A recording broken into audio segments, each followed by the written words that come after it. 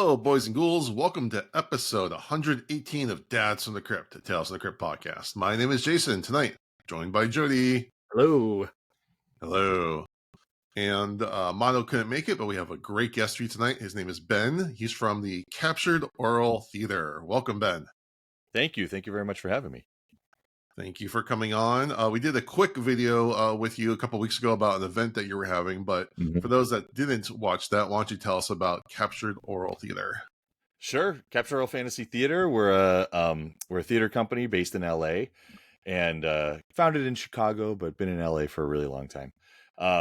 And basically we take old comics and turn them into these multimedia live performances, doing the dialogue like an old radio show with live sound effects, live music, and then we project the art behind us. And pretty much since the beginning, we've been doing EC stuff, but for almost 10 years now, we've had the exclusive authorization, permission to be the only company in the world that can bring the EC catalog to life on stage. That is awesome. Yeah, and I went. You invited me to one of your performances a couple weeks ago, and it was probably the highlight of my Halloween season. It was so much fun. Oh, that's awesome! It was everything I could ever wanted. Like you even did the like dramatic readings of the ads. Yes, for the little kitschy, tchotchke stuff that absolutely that you found in those comics. That was really. I mean, the music was great. The acting was really fun. I was laughing. It was laughing. I cried. I hurled. It was everything. Thank you very much. That's what we hope for. That's what we do it for. Not for money, that's for sure. Yeah, that sounds right up my alley. I'm a long way from LA, so it's going to be a long time till I could make it out to see something. But where are you? I'm in Tennessee. Oh, crap. Okay. Yeah, we're spread out way across the country here. But I grew up probably in my 20s. I discovered all the like old radio shows, things like that, awesome. like Lights Out, CBS Radio Mystery Theater. Sure. I love all that. And the Foley work that they would do, like I love seeing how they make all the sound effects and the clap, clap, clap, clap. And absolutely. That's 100% my kind of thing. I love it. Yeah, my dad bought me like a big box set of those tapes when I was like in elementary school or middle school, and I used to listen to them. But yeah, speaking of Foley work, they did Foley work live. So they had like a desk, and there was a guy with like a head of cabbage that he was like banging with a knife or a hammer or something. So cool. It was flying. It was great. That's live performance too. It's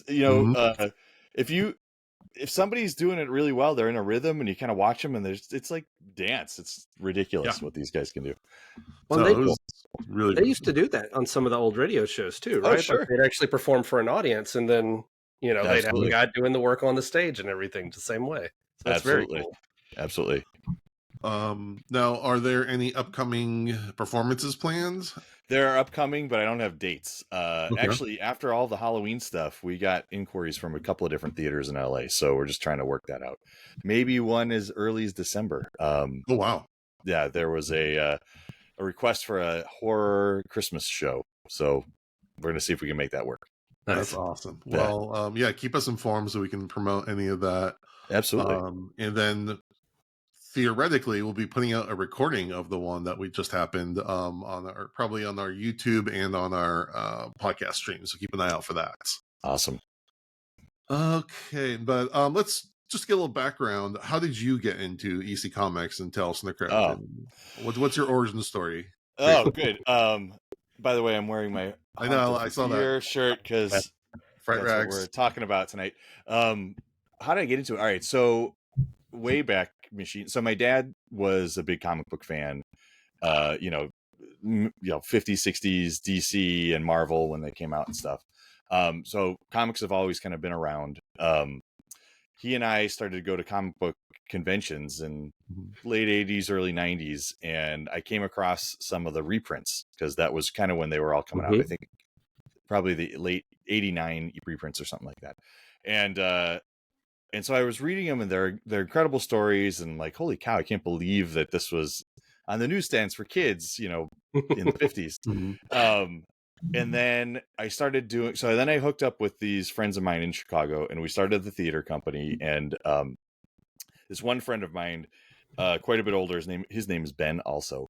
He had been doing the sort of style of Captured Aural Phantasy Theater since he was a kid for his family, like taking his comic books and doing like hey, I'll do a performance in front of my family. So so he started doing a little bit of that in Chicago. I hooked up with them. We kind of revitalized the whole thing. And in the course of, we're doing all sort of rights-free comics and then not asking for the rights. In the course of all of that, I pulled out some of the old ECs again, and they just like totally hit it on stage. It was really great. So then from that point on, I just got really far into it. I have to say the Grant Geisman Tales from the Crypt, or the EC Compendium that came out in 2000, also was sort of a seminal thing, because I didn't really quite grasp the whole 1954 Senate hearings. But Grant reprinted the entire transcript of those hearings in that book. And I was like, holy crap, all these stories that I remember was, they're published by this one guy. He goes up in front of the Senate, and then he publishes Mad Magazine too. What's that all about? So what an incredible journey. So that's how I get into it. All right. And what about the TV show? Were you into that? Or are you more into the comic? Yeah. No, totally. I think that I've probably discovered the comic right around the time that the TV show was like really hitting its stride. So, and I, this is an early girlfriend of mine. She was into horror, so we would watch that, and we watched what was the other one that was out at the same time? Tales from the Crypt, and then the one in the antique store. Friday the 13th. Yes, exactly. So those were things to do on a Friday night. So. Love that. Yeah, sounds like a great Friday night when you have a girlfriend. Yeah, totally, man. Totally. And it was high school, so there's not much else going on, really. Awesome. All right, well, let's get into it. Tonight we're talking about the episode About Face from season 7, episode 10, which came out on June 28th, 1996. Jody, give us a plot synopsis. All right. So in this one, we get a nice Tales from the Crypt period piece. Okay, so first off, let me start with our Crypt Keeper. Our Crypt Keeper is like a jazz musician this time.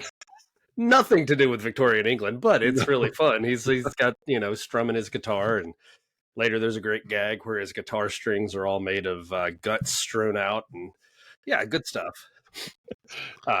Nothing to do with Victorian England. No. But gave up on that. Yeah, making them have anything to do with each other, I think that just fell by the wayside somewhere along the way.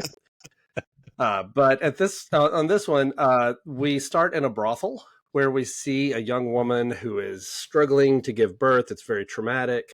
The madam of the brothel is assisting her, and she sees how much pain this woman's in. She's screaming, and she said, "Who did this to you?" And then we cut over to a scene, a little flashback scene of her and a local minister. We hear some screams, and then we have a cut, and it says 16 years later. A girl named Angelica comes to the church who is seeking her father, the minister from earlier. She is the baby. His name is Jonathan. And when she arrives there, before she comes in, he and his wife Sarah are arguing because he has another new secretary coming. And he brings in secretaries basically to have sex with them and to get them to dictate his books. So he dictates books, they have sex. That's the job. And she's not happy with this, but it is what it is. He's been doing this obviously for at least 16 years because Angelica exists. And she tells him that someone has come to the door saying that she is his daughter. And that's when she comes in, or Angelica comes in. She says, "I'm your daughter. I have a twin sister named Leah, or Leia, I think is how they say it in this." And so they're suspicious at first, are you trying for money? What do you want? She says, "No, I just want to know my father and to love him. And that's all." Now, privately, Sarah tells Jonathan that, they're ruined now. He's ruined their lives. But he says, "No, I've got a plan." And he invites the girls to stay, thinking it will help his image to have a family.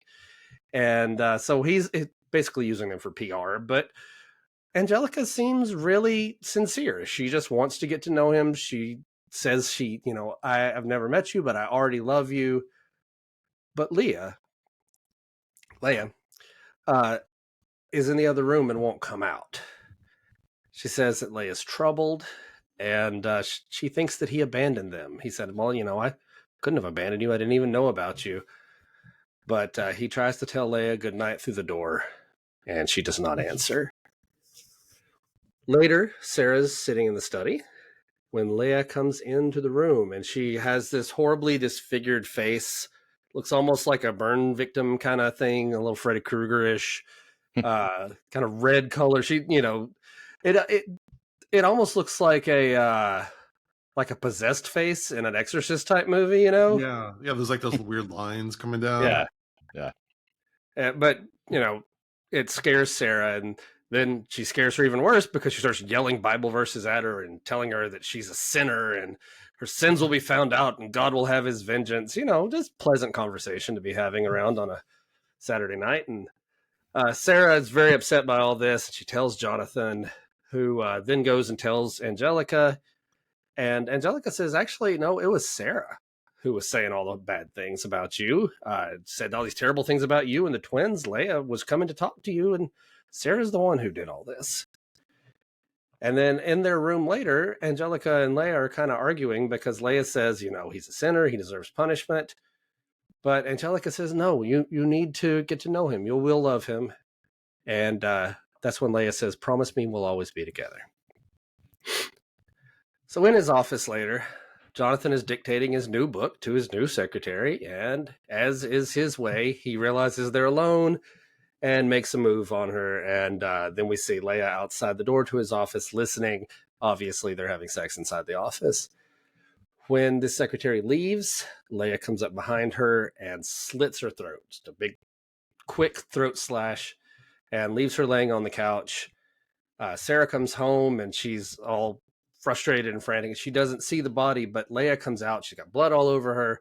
She pushes Leia out of the way, sees the body on the couch, and screams. At this point, Jonathan comes out, sees just Sarah in the room with the dead body. She tries to blame Leia, who is no longer there. And so Jonathan then grabs her around the throat and slowly strangles her to death, saying, she's ruined them by killing this woman. After killing her, Jonathan goes to Angelica's room where she's laying in bed facing away from him. And he says, I'm going to have to go away for a while, maybe to America, but you can come with me. And at this point, she rolls over and we realize he's actually been talking to Leia, who says, I knew this would happen. You're a sinner. God will have his vengeance, all of these things. And she attacks him with a dagger and stabs him in the stomach and a few other places. And to fight back, he grabs this gigantic crucifix off the wall and whacks her in the head with it and then stabs her through the stomach.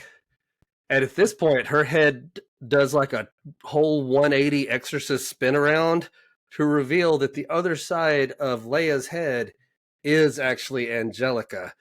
And so when he killed Leia, he also killed her, who I think he started to have some feelings for by the end of this. He had some connection. Mm-hmm. So as they die, he screams no, the movie no, the no kind of no. Mm-hmm. And that's when the Crypt Keeper reappears and plays his guitar made with guts.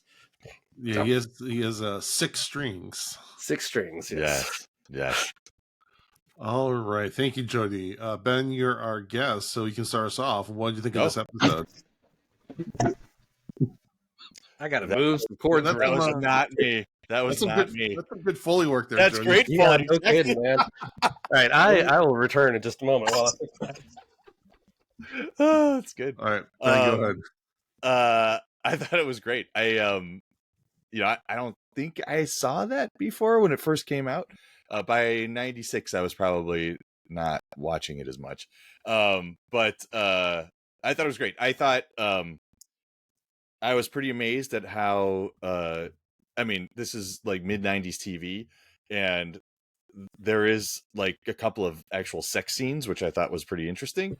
I thought the humor was hilarious, was great and hilarious in a great EC kind of a way. The story is totally ridiculous, but that's what we love about it, right? And so yeah, I thought it was really good. I thought there was enough overacting that it was funny, but at the same time it wasn't super hokey or anything like that. And I agree, Jody. I think that the actors did a good job of finding some sort of relationship by the end of it. So it wasn't, it was only like 25 minutes. It was a was quick, Mm-hmm. story. But they were able to build something that I thought was great. Nice. Ben, I like your fresh take and optimism. I think at the end of this season, I think I don't know if I'm speaking for Jody or not, but I'm pretty what's the word? Jaded. It's true. It's pretty deep into how many the seasons? 7th season. That's 8? all. We've only got a couple episodes left after this one. Okay, got it. Yeah. Yeah, I didn't love this episode. I totally understand why someone coming fresh in would Sure. have more appreciation, but this one did not do much for me. Sure. Spoilers if you haven't seen Malignant, but I kind of guessed the ending here pretty quickly. Sure. The effects were good. Actually, I like the acting of the actress who played the evil twin. Same actress playing both twins. So I thought that was you're right. Was especially good. She did a good job playing the nice, kind and but also pretty unhinged acting on the evil version too. I thought she was good. It was great. Yeah. Okay, I'll give her that. The rest of the acting was just so. Again, I think they're just doing that drawl English acting that we've seen so much this season that I'm just like really sick of. Yeah, there wasn't, again, a lot of these episodes hinge on the twists and some more like magic chemistry with the actors. I just didn't, none of it really did much for me in this episode. But yeah, I'll give it up for some good effects, some good gore. So good HBO level sex, especially at the beginning. Yep. But yeah, it didn't do much for me. Jody, what did you think? Sorry. Go ahead. Right. I was just gonna say on the sex part, I think it was interesting. Like that's introduced while the mom is giving birth, and it's like this sort of weird flashback, kind of very 80s 90s sort of fade in fade out. So as a period piece, I thought that was pretty great. I see what you're saying. They're kind of like they're intercutting between like her having sex and her giving birth, and it was weird. I like this one pretty well. Like I thought it was pretty fun. Like I said, the lead actress I thought did a great job there. Some of the acting was kind of campy, but I mean, it's still totally. I'm kind of okay with that. I thought the wife, Sarah, who I don't know the actress's name, but she's Dolores Umbridge from Harry Potter. Yes. I recognize her, and I thought she did a good job in this role. I thought the priest was pretty good. Yeah, no, I think overall I liked it. That first scene was weird though, like you're saying, because we had nudity like in the first couple seconds of this episode, and then there's a baby being born, and then there's a priest having sex with a maid, and just all this stuff happening right there in the beginning. Exactly.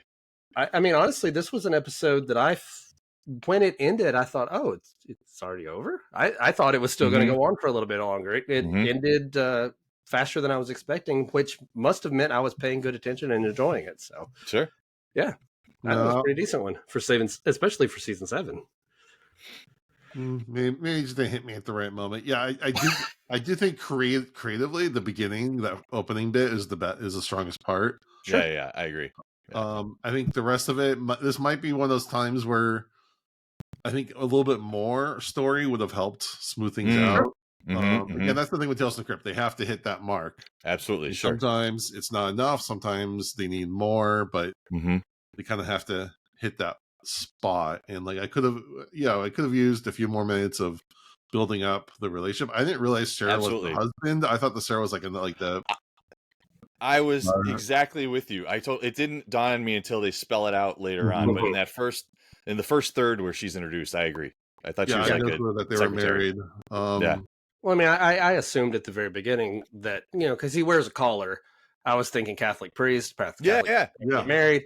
So I'm assuming we're in England, probably Anglican or something like that can get married. So, but that did throw me off for a minute because when I saw the collar, I assumed he was single. Yeah, exactly. Yeah. So, the story itself, I felt like could have used a few more scenes, but they can only do so much. I mean, at this point, the twist is not as huge twist for us because we've watched so many of these. Right. EC does love their co-joined twins. Like that's they're all over the dang place in this series. And so, it's a little less shocking when you're like, oh, it's that again. Exactly. Right. Exactly. And again, nothing will ever be Malignant how they played the game on that, the long game on that one. So that's one where you have no clue. Right. Right. And this one, like, you can call it very quickly. Sure.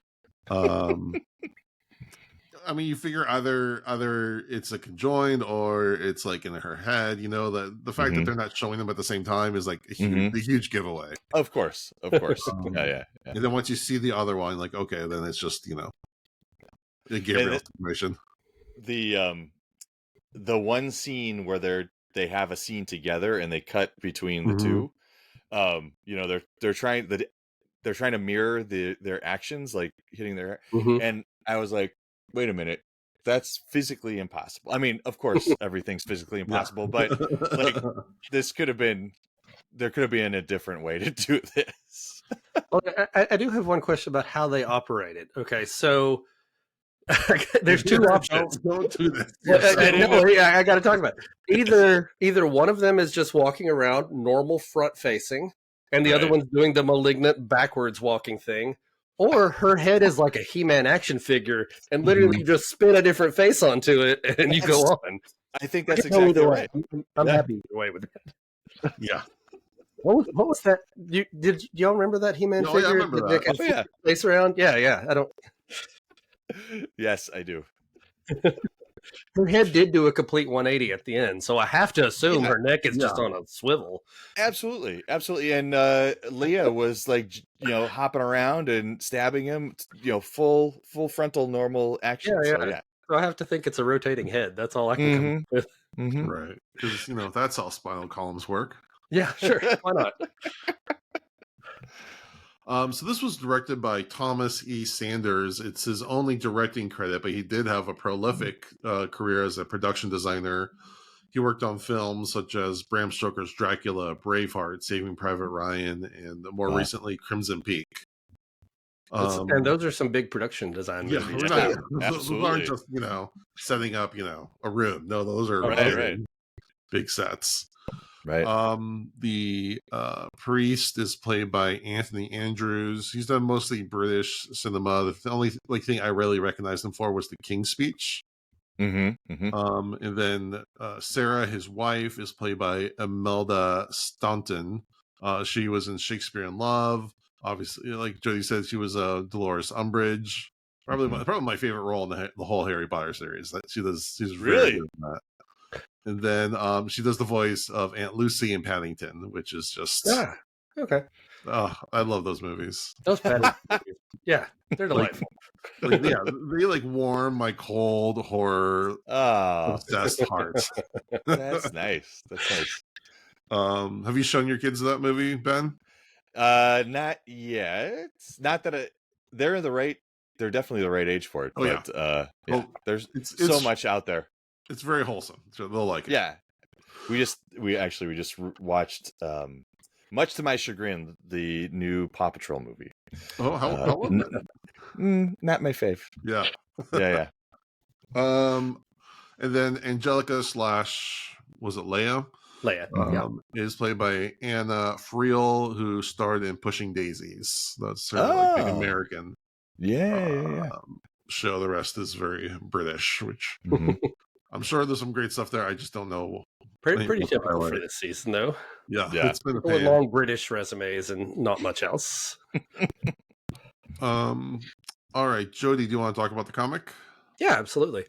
This came from The Haunt of Fear, number 27, September 1954, from a script by Carl Wessler. So, most of our scripts come from that Gaines. I'm blanking. What's the other guy? Feldstein. Thank you. Yeah, have that writing team, but this one is Carl Wessler and art by Graham Ingalls. And Graham Ingalls always has this real grippy looking art, like everything nice and distorted. It's very similar. This is one of the times that they stuck pretty close to the source material, but with their own version. You obviously in 1954 didn't have a priest knocking a young girl up. That was Even for EC, that was verboten. But instead, we have a man named Jeff whose wife has twins, Penelope / Penny, whatever. I think they usually call her Penny, and Olga. And when they're born, his wife makes him promise to never try and see Olga. Okay, now this stretches my credulity a little bit. Yeah. He never sees her until she's 15, we find out. Right. Which seems a lot harder to pull off than, she just locked herself in the room for a couple days before all the chaos went down in the show. But as they grow, Jeff mostly forgets about Olga because she's locked in this room. He doesn't enter it, so, kind of outside, out of mind. And when the girls are 15, the wife dies, and again, she makes him promise, never try to see Olga. And he says, I won't. And then immediately he tries to go see Olga. And he says, I'll take care of her now. You don't have to worry about it. And he's I'm her father. It's my right. And while Penny is out one day, Jeff tries to get into the room with Olga, and Penny stops him, but then leaves the door open for him to come in and meet with Olga alone. Her face is very deformed in a Graham Ingalls kind of like monster face way. And she tells him she hates the world. She hates everything in it. She's, full of rage and violence. And later, though, Jeff takes Olga out for a walk. But when someone sees her, he says, oh, well, this is my niece. And when she gets, denied for being his daughter, she, is furious, and she runs away, vowing revenge on everyone. And then there's this kid who gets freaked out by her, and she pounces on him like a cat and starts tearing at his face. I don't know how it didn't show the aftermath. I don't know if she killed the kid or just hurt him, but it definitely looked like something rough was happening. Then Olga tells Jeff that it's good to hurt people because it's good to scare them because she hates them all. And he tells her, go back in your room and stay in there. And later, Jeff wants to set him and Penny free, his daughter that he loves. And so he gets a gun, planning to shoot her. And when he breaks into her room, he shoots Olga, and she falls down, revealing that the other side of her head, that he actually shot Penny, and Olga is growing out the back of his head. Once again, the malignant twist. So, I think what I liked about the comic better than the episode is that the father is more of a genuinely good person. Absolutely, yeah. Sure. Except for the whole trying to kill the kid, but the kid is obviously evil. So right. Not the best solution, but it's not it's somewhat justified, especially through that lens. So I appreciate that there's like a good father to sympathize with for most of the comic. This one does strain credulity just a little bit. Well, that for 15 years he's like, just forget about that other daughter. Whatever. Yeah. He's Hugo locked in the attic on The Simpsons. Right. Yeah, and then as soon as his wife dies and she says, don't go, he wants to go. Like, after 15 years. He's out of my way. Now I can see my hideous daughter. Now there is a funny, an interesting line by the witch host at the very end where she says, so what's so bad? Most women are two-faced. 1954. Exactly. That for Captured Aural Phantasy Theater, a line like that is gold. Like hitting that over the head with people and just putting it in the context is just great. Well, see, and that's what I love about your. One of the things I really appreciate about your theater is that you don't shy away. You don't edit things out to make them more palatable. Exactly. You lean in. You lean into it. Yeah. Which is it's totally so ridiculous. Yeah. And some of the scenes in these comics, though, you get. I can just imagine the reading that y'all are doing on it, because there's been sections that when we've been doing this podcast, I've been like, okay, I can't just tell you what happens here. I need to read you the words that are happening. Not just in the speech bubbles, but in the captions, because some of those captions are getting pretty saucy. Absolutely. 1954 kids comic. Absolutely. Love it. Absolutely. Yeah. And it just like speaking of leading into the gore, like when Olga tears the kid's face, it's like chunks of flesh. Like they just describe the whole thing. It's pretty fantastic. Also one thing about this story that struck me is that there is a theme in a lot of the comics of the sort of wayward kid. Mhm. And not really wayward, but I actually like the story a lot. It totally does strain credulity, but it's one of those, as a dad, that is Mhm. very I felt bad. Like, I felt bad for the kid. I felt bad for Olga. The Mhm. whole thing. Like, they were able to pull some strings. There's another comic, and I can't remember the name of it right now, but it's this sort of disfigured girl who lives in an orphanage, and all she wants to do is to get out and be loved by somebody, and she sends those letters. And then, of course, it ends in tragedy. She falls off of a fence and gets impaled.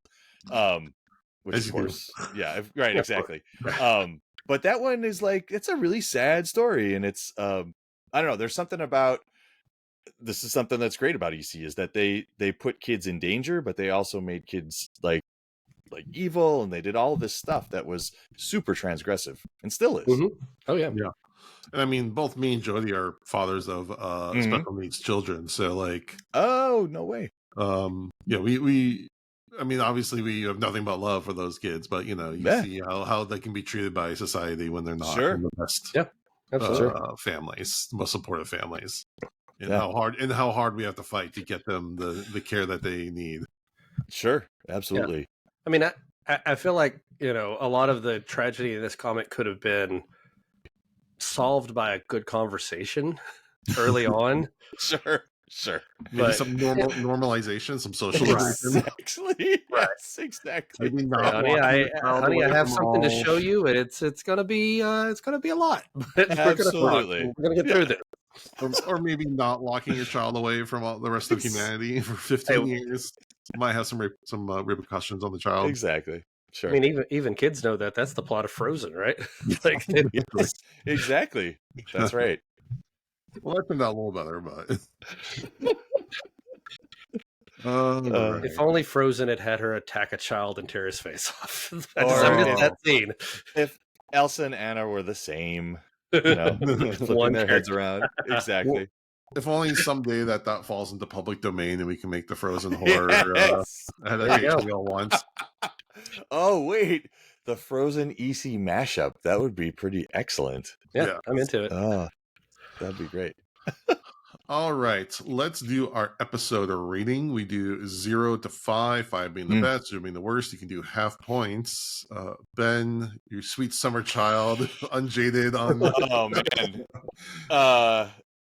All right. Well, I haven't watched or drilled into all of these as much as you guys have, but let's see. If I can go back in time and think about the ones that I saw, this is probably to me like let's say a 3.5. All right, Jody. Yeah, we're right on the same track here. I think it's a All right. 3.5. It's a solid episode, not a standout, but a solid episode. Jason, Yeah, you like the show? I'm going to put it in the bin with the others. Put this away for 15 years and maybe I'll watch it again. I have a question. I have a question about the history on this podcast. So is Jody, are you more optimistic than Jason is on the ratings? Okay. All right. Unless we're talking about Halloween Ends, which I am by far the biggest hater. But yeah, generally, I usually rate things pretty tough unless I love it. If I love it, then I'm like falling over for it. Okay, cool. But yeah, I'm probably the harshest critic on it. Well, Jason, next time, you know, give it a decade or so, and when you do your rewatch, start from the back and go to the front. Start with the lab, because by this point, I gotta say, just me personally, we're 7 seasons in, been doing this for 2 years. I'm a little like, I have to watch another Tales from the Crypt, and I like this show, but it's still There's a lot of biases, but I think even the creators, as we'll get to momentarily, admit that they've kind of run out of steam and ideas. Sure. After this, especially like they even have like an off season because they're making the movies. So right. And they're moving to the location. I love that you guys have been doing this for so long, and you have this love-hate relationship with the core of the podcast. It's so good. It's good. I appreciate that. And there have been seasons this episode I liked, or that I could see more potential in. But yeah, this one just doesn't do it for Sure. me. And everyone's entitled to, like or hate what they want. Mm-hmm. Yep. In entertainment. Yes, exactly. You gotta be careful how you phrase things. All right. Mondo's not here to do Song of the Day, so I'm going to give it a go. And this one is a little interesting. So there's a artist who I've been a huge fan of for over 20 years named DJ Shadow. And he's a pioneer of sampling and trip hop and whatever you want to call it. It was very ambient, more atmospheric music for the most part. There's a lot of interesting things. You've definitely heard samples of his music.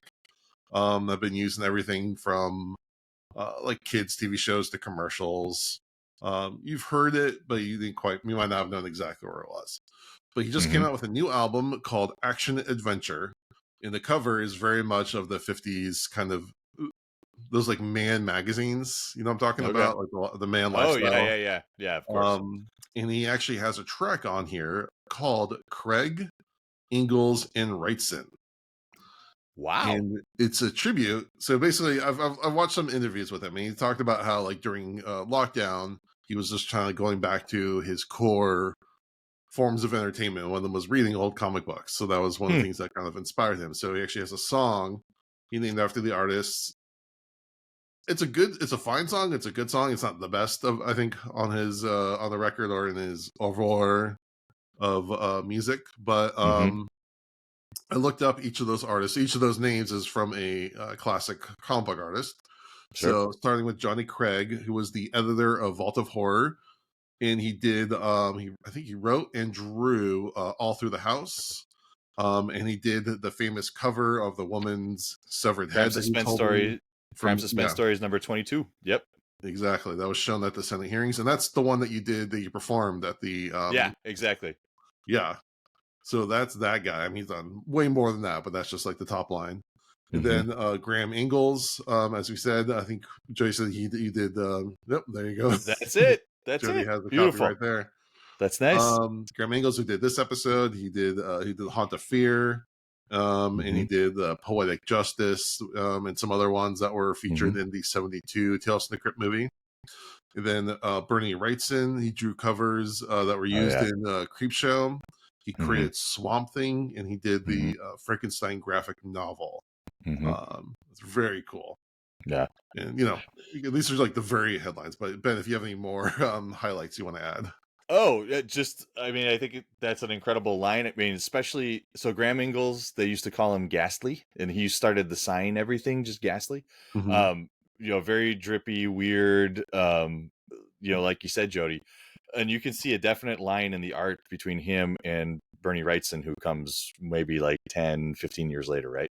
The same sort of like highly detailed line work that kind of drips off the page. It's pretty amazing. Yeah, that's great. I want to meet this guy. This guy's like raiding my collection. I know. He's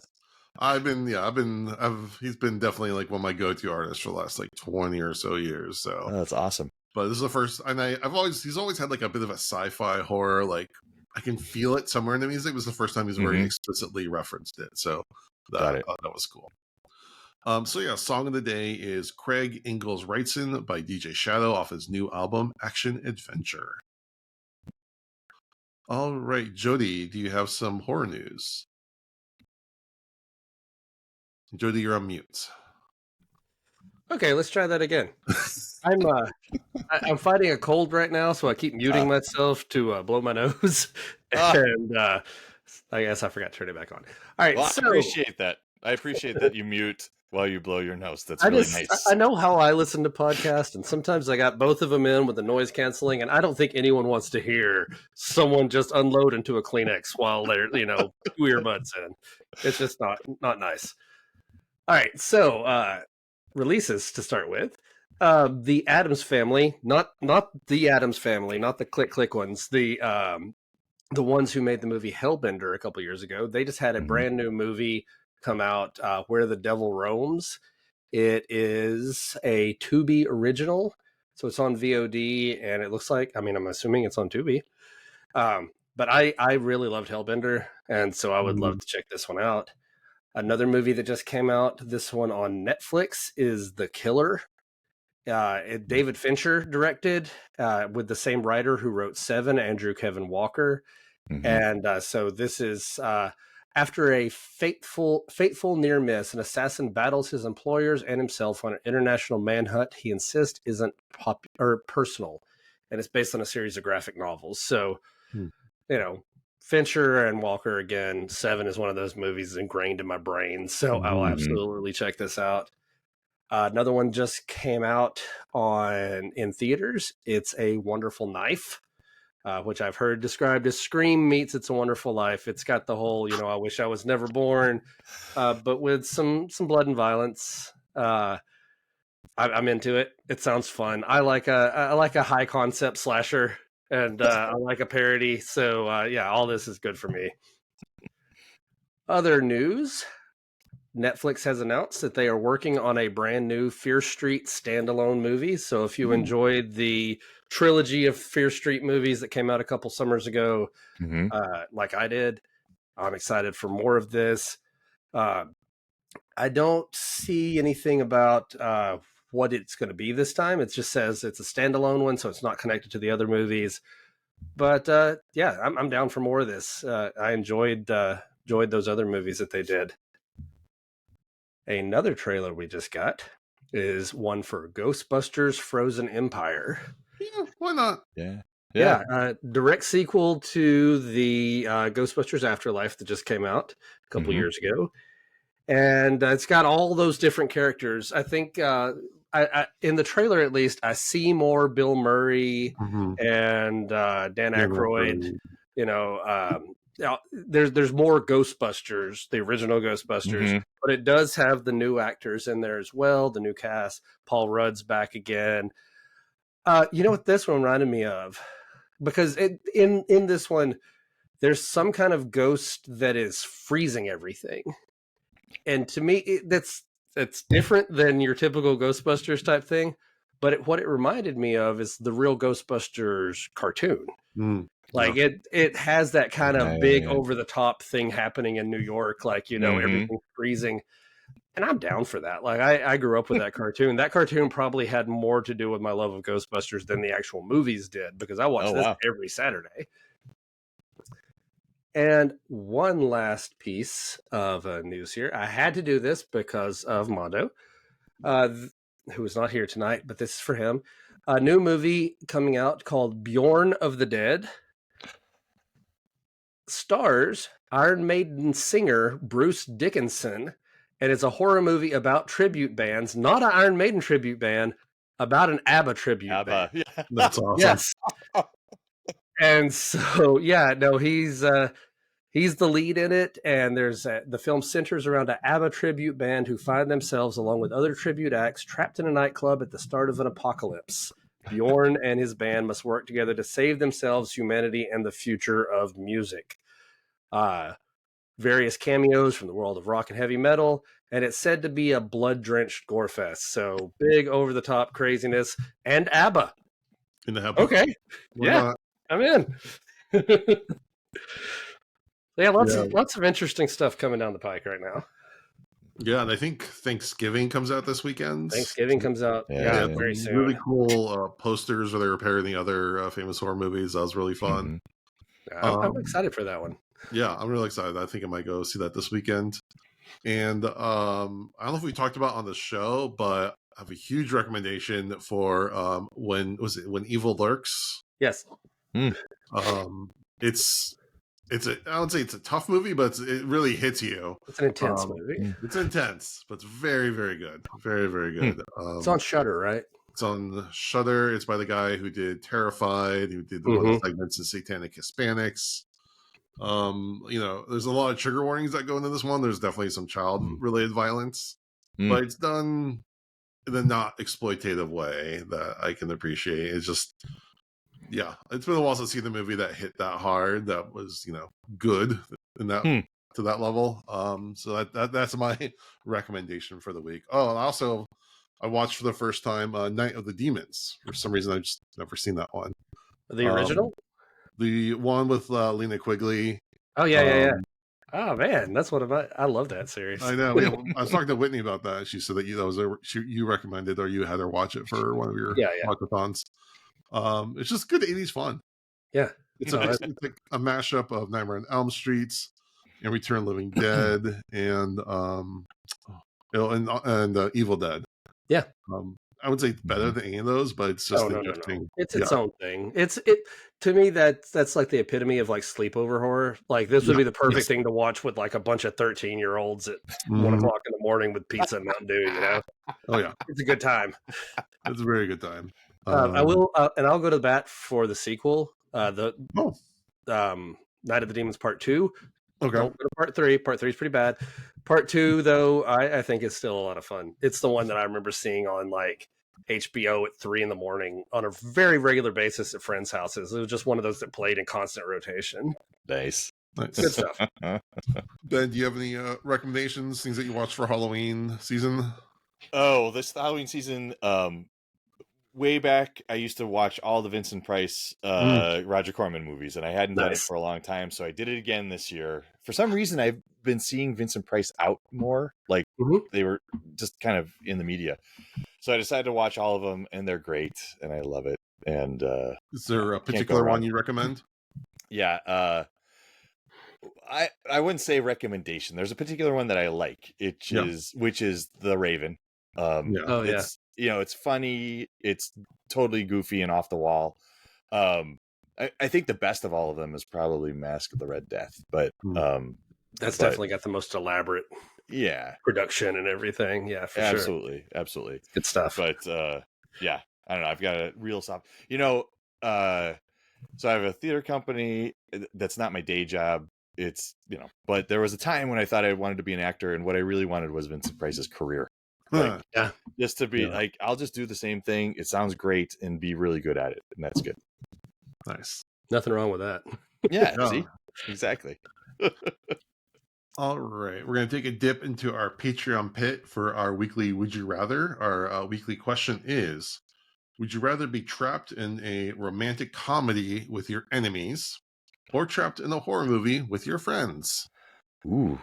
Oh, I'm going horror movie with your friends. Yeah, I think I'd probably end up killing my enemies if I was in a romantic comedy. So I'd rather at least fight off a killer with my friends. Yeah, I mean, it's probably going to end badly, but either way, when you have like a teen slasher, now I'm putting myself back in time a little bit here. I don't know that a bunch of 40-year-olds in a horror movie is going to be that great. You're just all tired. It's like, okay, fine, just give me. I don't want to run. That sounds like a great premise for a movie.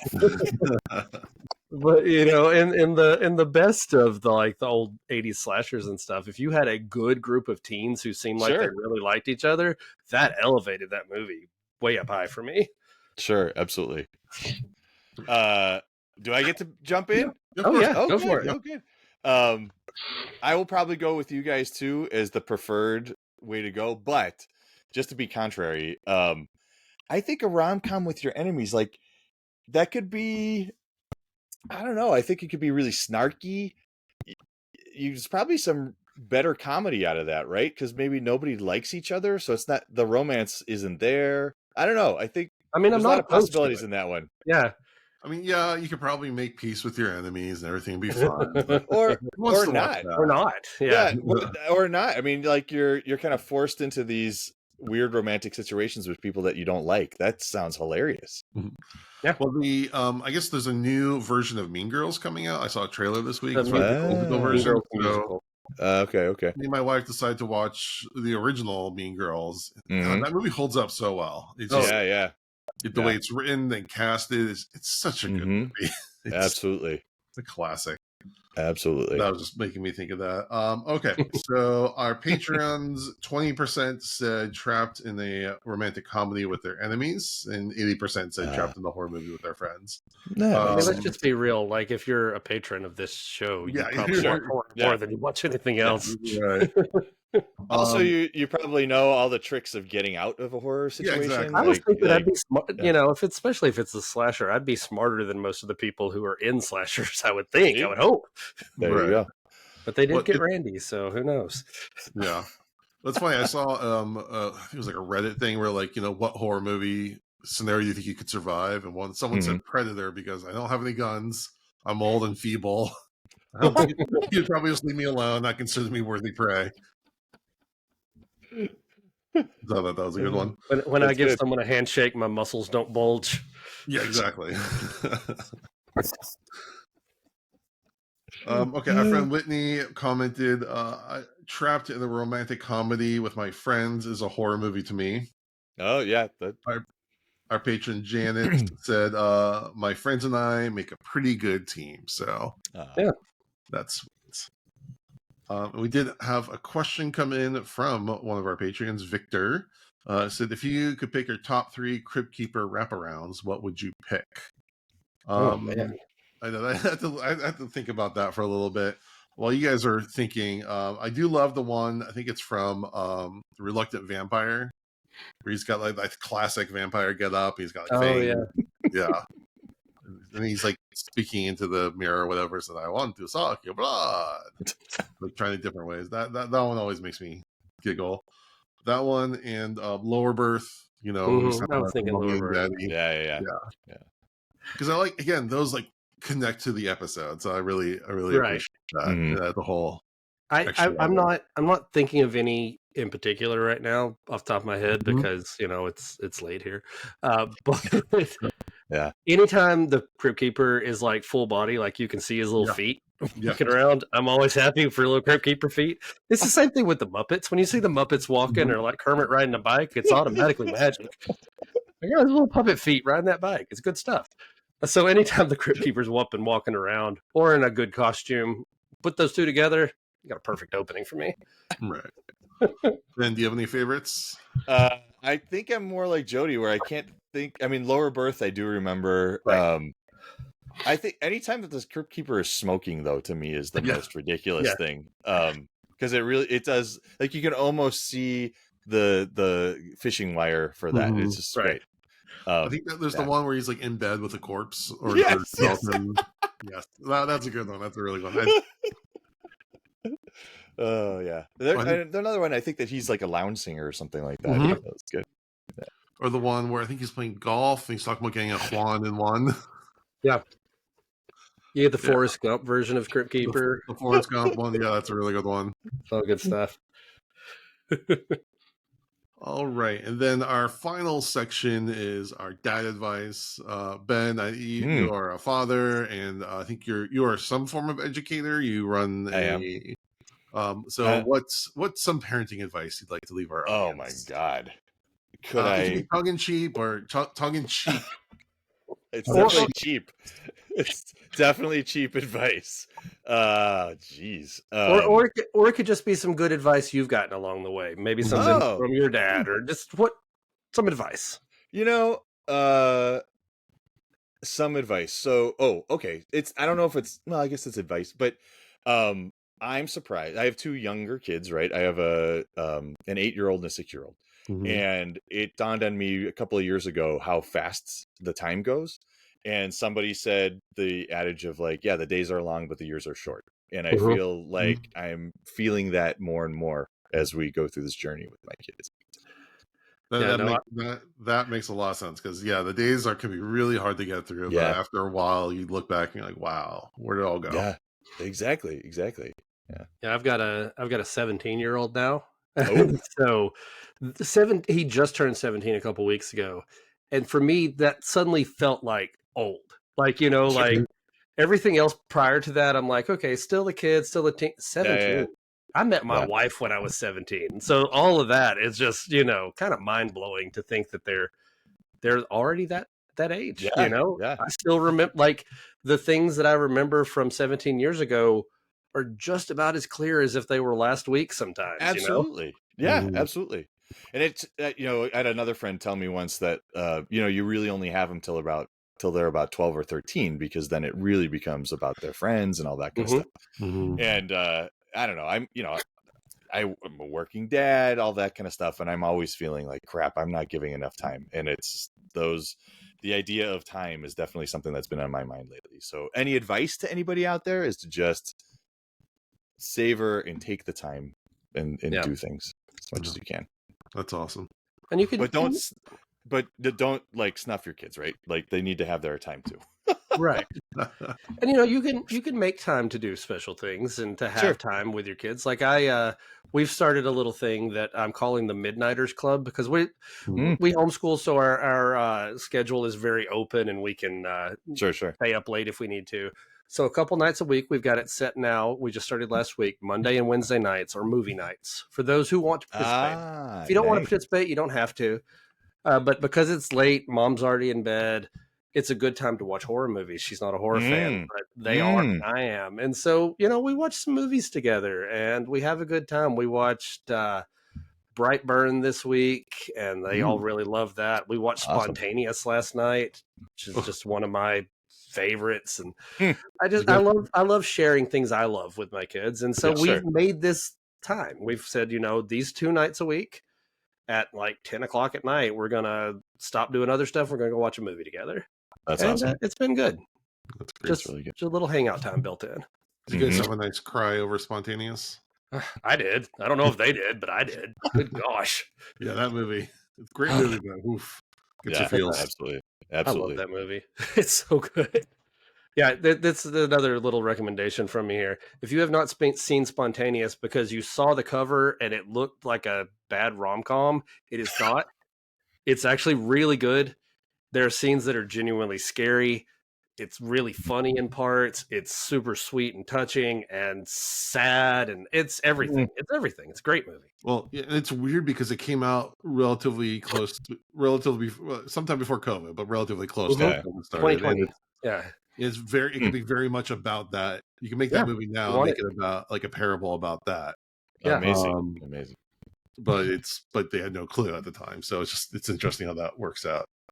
I love sharing stuff with my kids, and so we make little moments. I can't have all their time.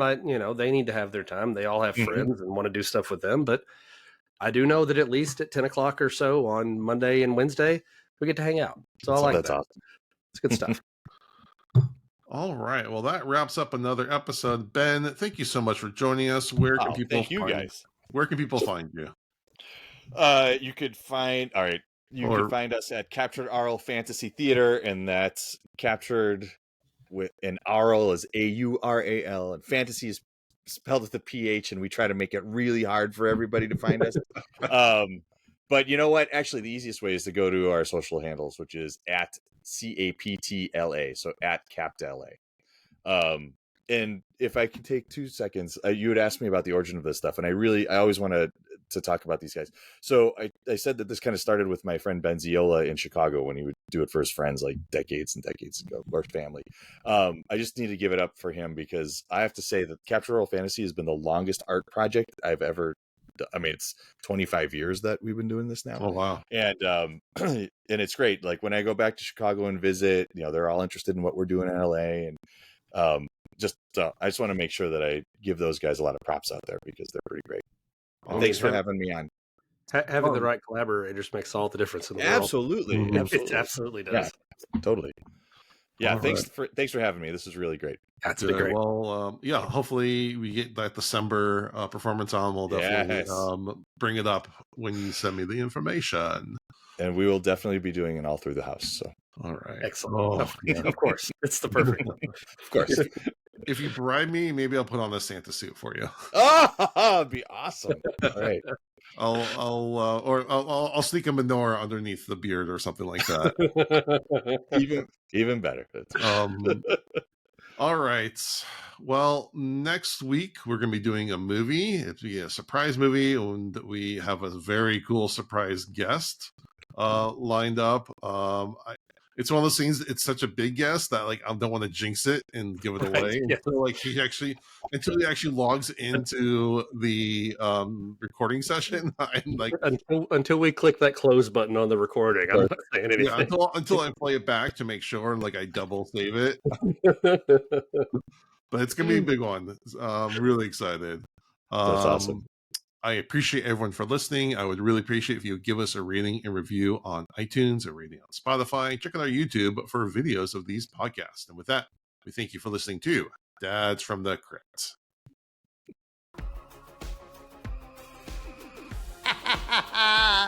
Follow Dads from the Crypt on Facebook, Twitter, and Instagram, or I will follow you to the grave.